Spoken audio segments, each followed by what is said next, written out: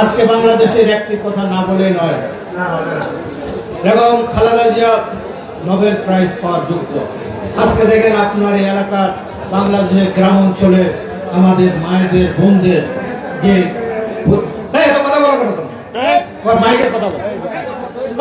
আজকে দেখেন আপনার এই এলাকার বাংলাদেশের গ্রাম অঞ্চলে আমাদের এই যে মা বোনদের যে বিবর্তন, সংস্কৃতির যে বিবর্তন হয়েছে, এর একমাত্র কারণ হচ্ছে বেগম জিয়া। উনি 91 সালে ক্ষমতায় এসে মেয়েদের ক্লাস 8 থেকে ইন্টারমিডিয়েট পর্যন্ত লেখাপড়ার বিনা বেতনে করে দিয়েছিলেন, ঠিক কিনা? উপবৃত্তির ব্যবস্থা করেছিলেন, বিনা বেতনে বই দেওয়ার ব্যবস্থা করেছিলেন।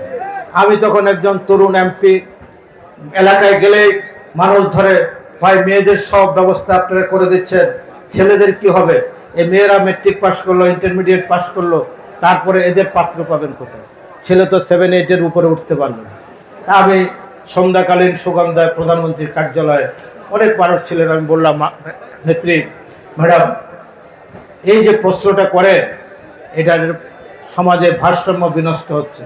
তো উনি খুব শান্তভাবে বললেন, দেখো আজকে যে মেয়েগুলো লেখাপড়া করতেছে এরা আগামী দিনে মা হবে। যে পরিবারের মা শিক্ষিত সেই পরিবারের কোনো মানুষ অশিক্ষিত হবে না। এটা 5 বছর পরে বাংলাদেশের সমস্ত মানুষ এই রেজাল্টটি পাবে। অতএব এই যে একটা দূরদর্শী চিন্তা, আজকে বাংলাদেশের সমস্ত সমাজ পরিবর্তন হয়ে গেছে। মেয়েরা চাকরি করছেন, ব্যবসা বাণিজ্য করছেন, এর কারণটি কার? বেগম খালেদা জিয়া।